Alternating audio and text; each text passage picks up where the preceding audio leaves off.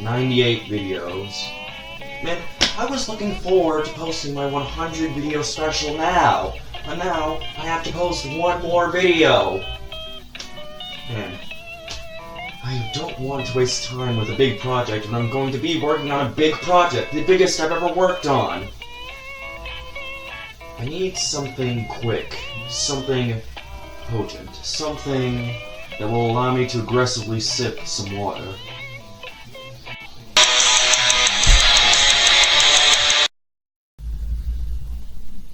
I've got it!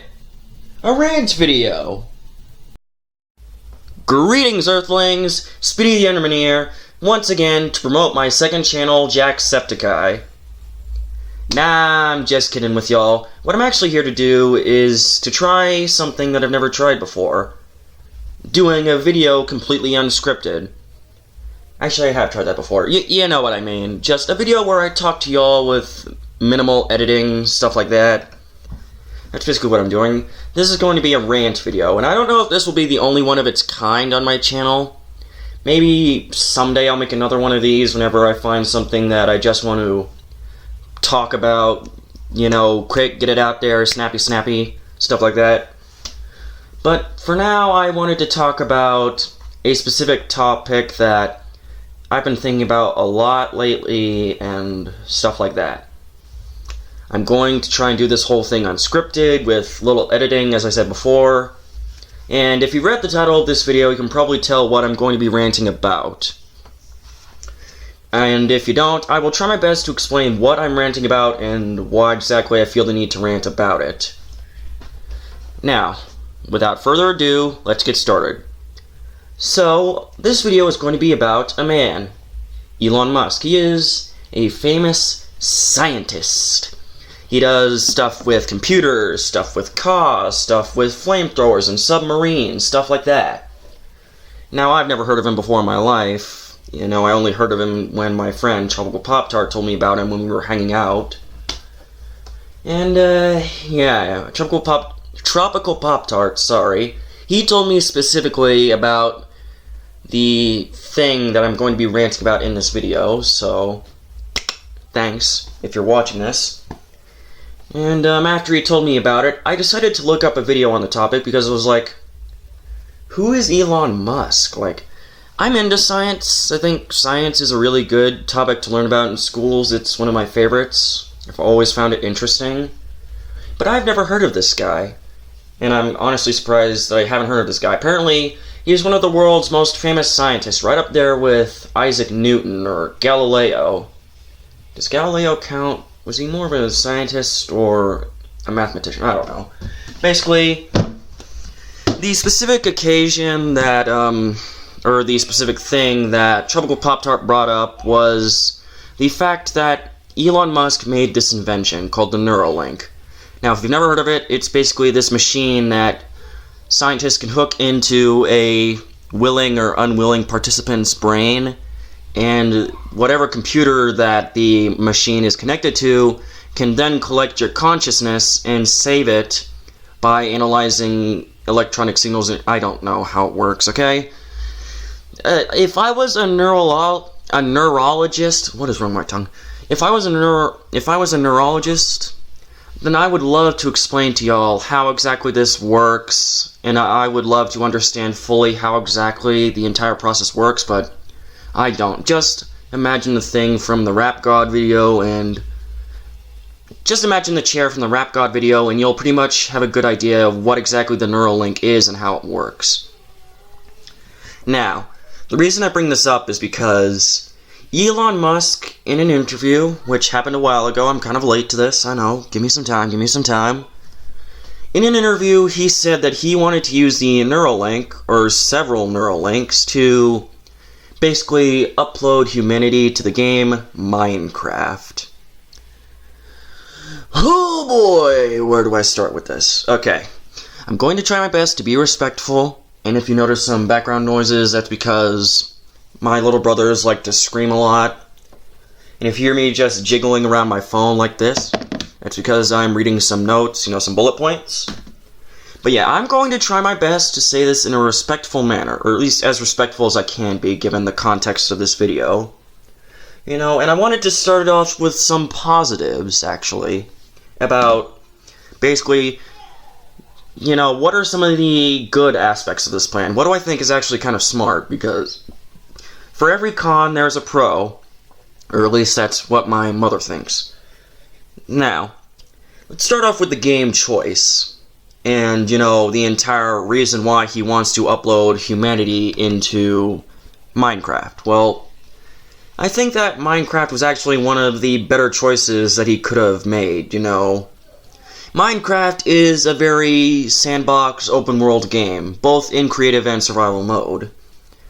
And unlike other games like Super Mario Bros. Or something like that, there is no true end goal. The game doesn't have a definitive beginning, middle, or end. Or at least it doesn't have a definitive end.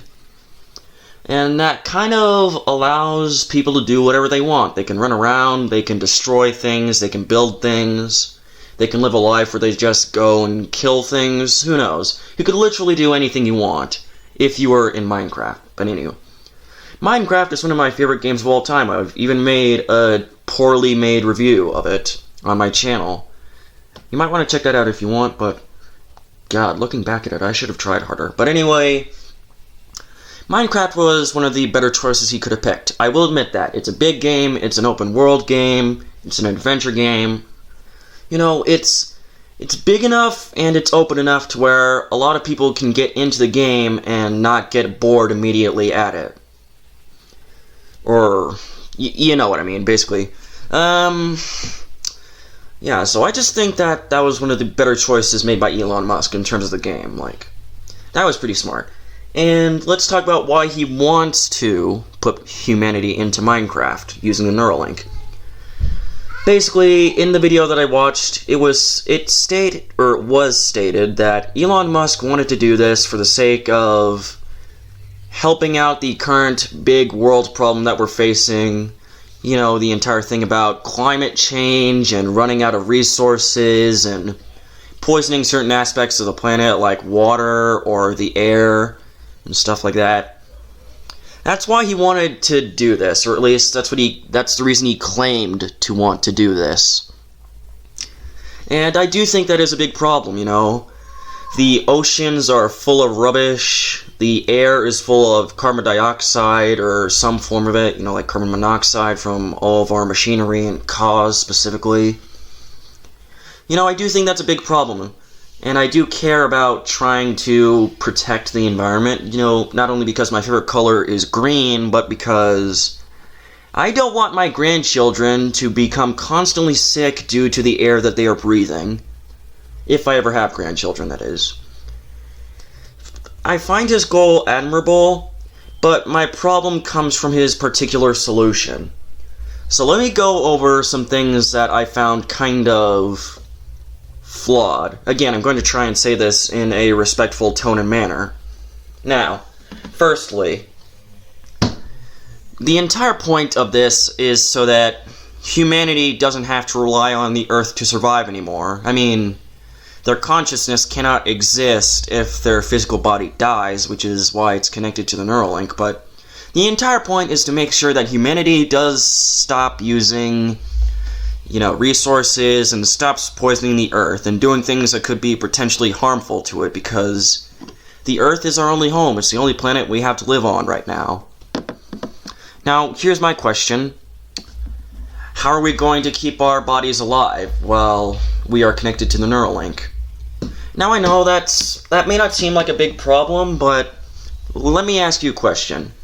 If our physical bodies still need to survive in order for our consciousnesses, or consciousni, or whatever you would call the plural form of the word conscious, while they are connected to this big computer, connected to all the different Neuralinks, and you get everyone connected to the giant Minecraft server, how exactly are you going to keep our physical bodies alive? If you're going to what about the food situation? If you're going to give us, vegetables, you still need a lot of people and land in order to farm enough vegetables for all 7 billion people on the planet. If you're not going to use vegetables, you need some land and you need some people to raise all the livestock, or to fish for seafood, whichever one you prefer. And even if you're going to make, or we're going to make, some kind of chemically synthesized thing in a laboratory, some kind of nourishing porridge, let's call it, oatmeal, whatever it will be, some kind of nourishing thing in a laboratory synthesized with chemicals with no natural value, you're still going to need the ingredients to make the chemical thing, the chemical concoction to begin with. So you're going to need some people to stay out in some reasonable land to get those resources. And what about water? Where are you going to get water? We need water for our bodies to function. You know how your parents and your coaches always tell you to drink water? Well, that's because water is extremely important to the functions of our body.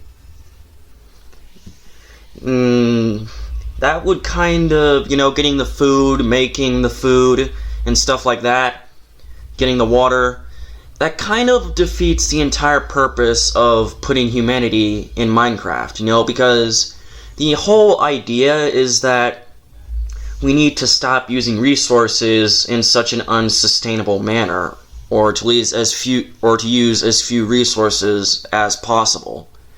And you want to upload all of humanity into Minecraft, but some of humanity will need to stay out to get the food and to get the water, which will take some time and some resources and some machinery, which kind of contradicts things, doesn't it?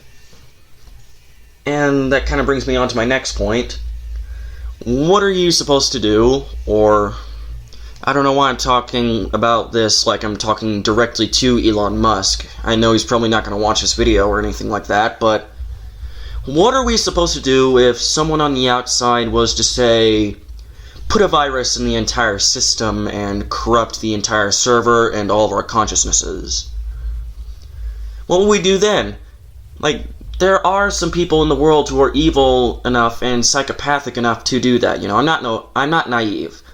I know that there are people who are extremely malicious in terms of their intent, or people who don't have any physical or emotional connections to right or wrong. But that means that someone on the outside, if they're the right person, could just literally at any point destroy the computer with a hammer, deconnect all of our minds from the Neuralink system, put a virus into the computer system, like I said earlier, stuff like that. There are people who would be willing to do that on the outside, and there would be nothing we could do about it. Sure, there would be other people on the outside running things, making sure that the thing is still doing the thing. The food makers, the water makers, the Neuralink, someone needs to stay out there for maintenance, which is also kind of contradicting to the point of putting all of humanity in Minecraft, but let's stay on topic here. There are people on the outside, if they get on the outside of the entire system, who could do that. And once they do that, all of humanity is gone.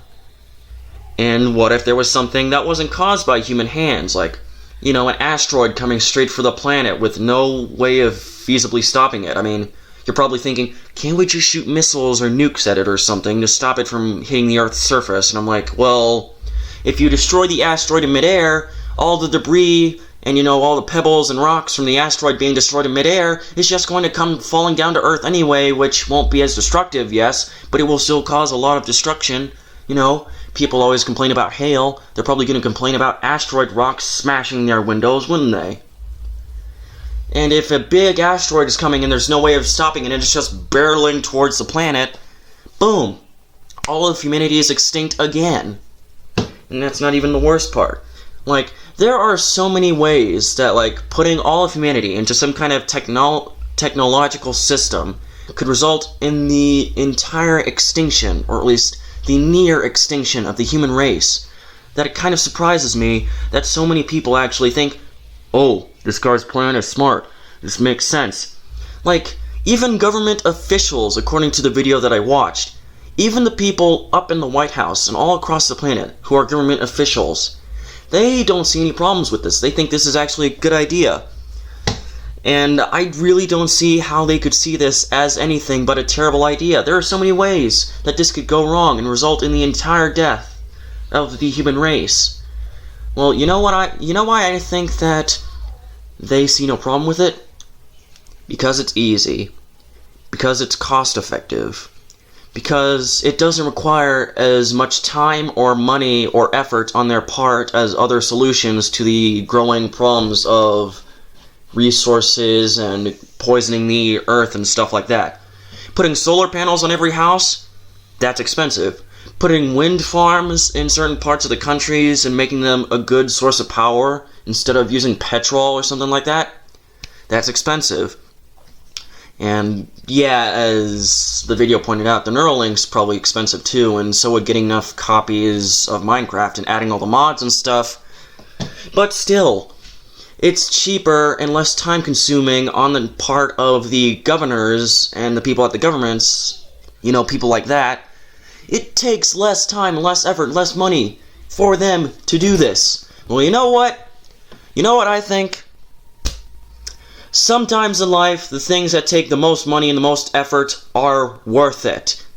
I didn't have to get my $50 capture card back when I started my channel, but I did anyway, despite the fact that it would cost $50, and it would take some time to get to my house and to get used to using it. Why? Because it was worth it. It increased the quality of my channel's content. Why is Tropical Pop-Tart planning to get a microphone instead of just always recording with his computer's microphone? Because computer microphones are rubbish, and that would be an improvement of his content. Why didn't Martin Luther write 95 theses and nail them to a door of a church, despite the fact that coming up with 95 different reasons why something sucks is incredibly difficult, and the time to write all 95 of them must have been time-consuming on his part? Because it was worth it! The entire 95 Theses thing. It started a new reformation of the entire concept of Christianity. It opened people's eyes. It let them know all of the flaws with the church system at that time, Catholicism. It was important. It was time-consuming. It was difficult, but it was important. Why did the American colonists revolt against their British rulers back in the 1700s? And you get the freaking point. What I'm trying to say is that the day that people forget that sometimes in life you need to do things that are time-consuming and cost a lot of money is the day that humanity ends, and the day that my fuzzy butt is no longer considered the most disgusting part of my body. Goodbye.